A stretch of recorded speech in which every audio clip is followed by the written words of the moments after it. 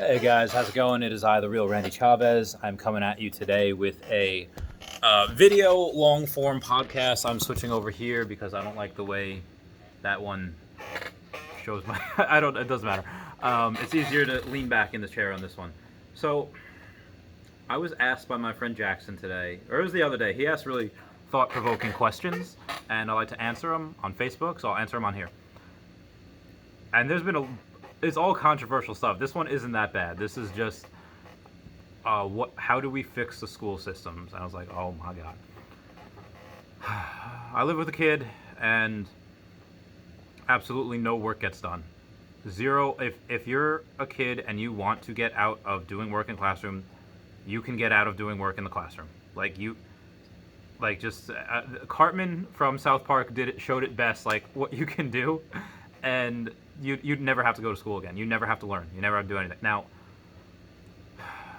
if there was a way that one could do that, say like, okay, they have one teacher for the whole day, and then they could put up whatever saying, oh, I'm just listening, and show you're online and says you're listening, and then a kid could go to work, or they could do something else, and really build up a skill, or build up money, or learn an instrument, learn a language, whatever they want to do, as long as it's productive, I would be 100% okay with that. But they don't.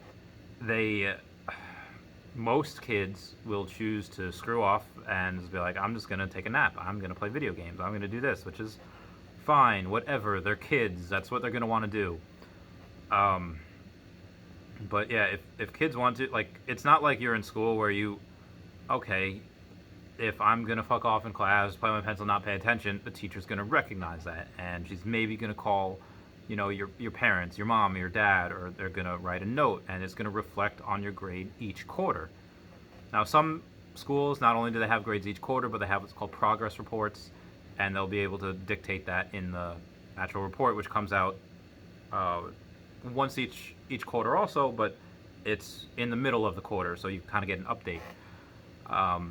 Where kids now, like, it's, yeah, you don't get, and parents have to work. Like, if your kid's at home and you're working, like, you can't parent your kid when you're at work. It's just impossible. I have clients that do the same thing. They're like, listen, I'm trying to run a business. My wife works, but my kids are home and they're sick because one of the kids in school got COVID. So now nobody, and they're in a small school. So now everyone's got to stay from home, and it's just, I don't know. Again, this is just coming from the COVID side. As far as actual policy, get the fuck rid of Common Core. That is the stupidest way of learning math ever. Now, I get that not everybody learns the same way. And if you want a lesson, and maybe this is what they should do also. I don't know how they'd be able to do this logistically, but saying like, we're going to have a couple days in the beginning of the year where we're going to teach you math this way, and we're going to teach you math this way. Both of these classes are mandatory. Whichever way you feel is easier to learn, pick that one. And then we'll have teachers specialize in this, teachers specialize in this. Because again, not everyone teaches the same way, but this is so freaking stupid how to do that math. No, you just do math. And I'm a little bit, I don't want to say biased, it's a little bit unfair because I'm extraordinarily good at math. And I just do most of it in my head, and I don't even need but give kids freedom of choice. Like, you're just putting this thing on them, and it's just not right at all. I figured, like, I guarantee this is how the conversation went. Someone trying to make a name for themselves, like, I found this whole new system, great new way for kids to learn. It's easy, it's teachable, and then somebody that's probably not an educator or hasn't been an educator in X amount of years and works in the Department of Education, they say, you know what, that's a great idea, and by implementing this, I'll make a name for myself too, and it just gets implemented. Now, again, that's just for math. I don't know what other stuff it involves, but tenure. Oh my god.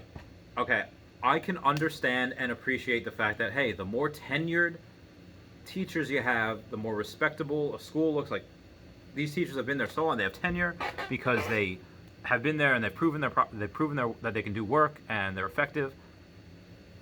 In an ideal world, yes. In an ideal world, that they have to go through a long period of time proving that they are effective at teaching kids. For certain schools, I know some teaching in some schools are just impossible because kids are unmotivated and they don't have stuff at home and their home life is a wreck and you can't judge one teacher's ability to teach a certain set of kids. You can't tell them like, oh, they're going to be shitty at teaching these kids because they can't teach these kids. It's just, you can't say that. But at the same time, like, it's where I went to school, it was public schools, it wasn't private, but it was very white. It was a very there was maybe me and in my grade maybe like 10 other minorities, and there was a bunch of other, like in my high school, I don't know, like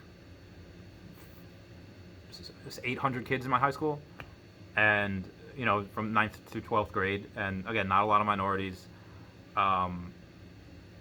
So not that was like an issue for me or anything. It was just, maybe once in a while. But when I was younger, when a bunch of these white kids are like, you're brown, like, oh, all right, yeah, it's weird for them. But it had a lot of money that went into the high school, and it was not, and it wasn't like considered like upper class or anything. It's just, okay, every kid had a desk, every kid had a textbook, that type of deal.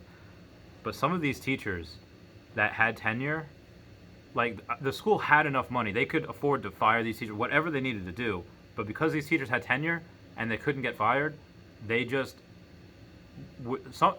There was one person in my 8th grade, again, it was 8th grade, not high school, but still, math class, that he would fall asleep constantly. The dude was 90-something years old, would fall asleep in class.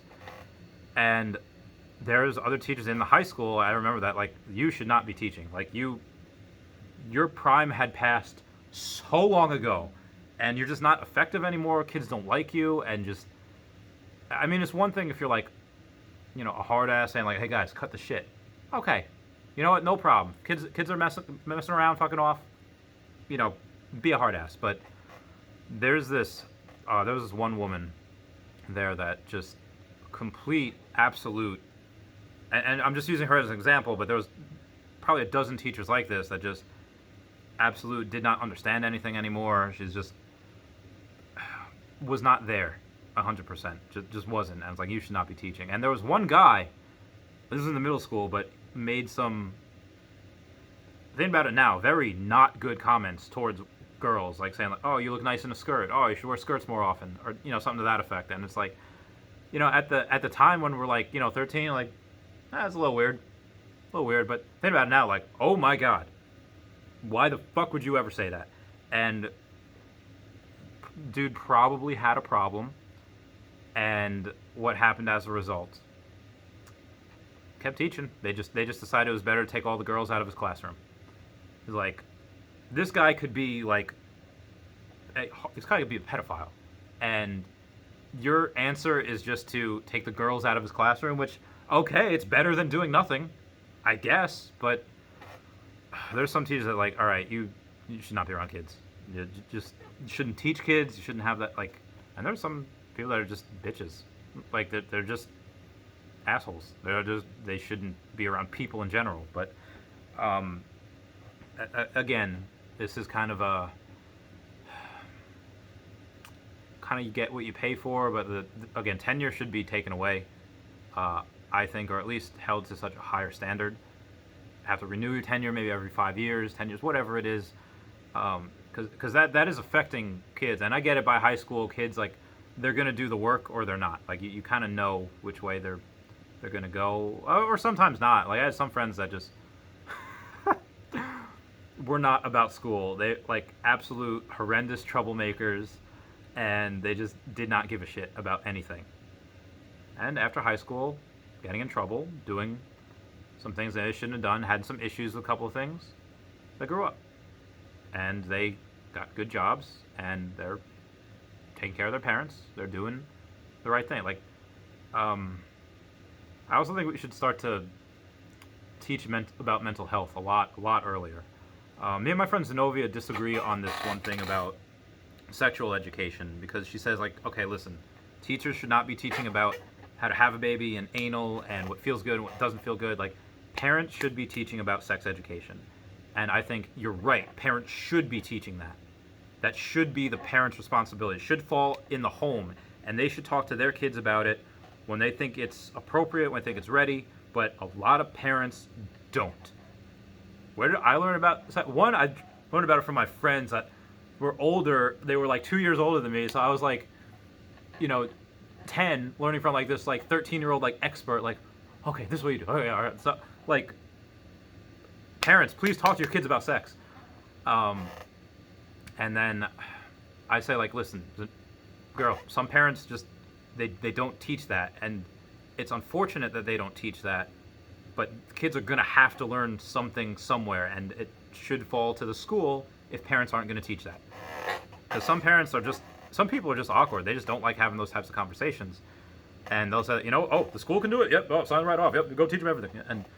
And I feel like she can't really not understand. She just thinks that like, it should fall on the parents, which it should, but it just doesn't some of the time. And I'm not saying to teach kids. My health teacher in 6th grade was actually very good. She said, listen, birth control and condoms are very effective if you use them appropriately and properly. But the best way to not get pregnant is abstinence. If you're not sexually active, you'll not get pregnant. You will not get someone pregnant. You're not going to have a baby. It's not going to happen. Are you going to do, and she, not exactly like this, but she said, yes, if you're going to do it, condoms and birth control, it's the best way to not get a disease. That's the best way to not get pregnant or get someone else pregnant. But abstinence is, and I think that was the best way to teach it, because apparently there are some places where it's like, abstinence is the only thing, or don't have sex. And it's like, how are you going to tell, like, these stressed, hormonally struck children not to have? I get, you could try. I mean, so sexual education should definitely, I think 6th grade is a good place to start. Maybe touch on it in 5th grade, just because some kids develop early. I didn't have it till I was, well, I wasn't in grade school, so let's put it that way.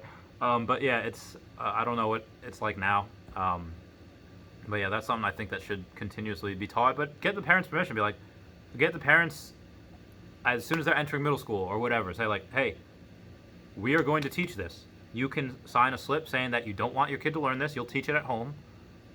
Or if you sign it, and we'll teach it in school. And I also think there should be a follow-up exam as well, saying like, okay, like it should be a safety hazard of, let us do, let the parents teach at home, but then like quiz the kid or something, so that they know. And I get it. Not everyone's sexually active at that age.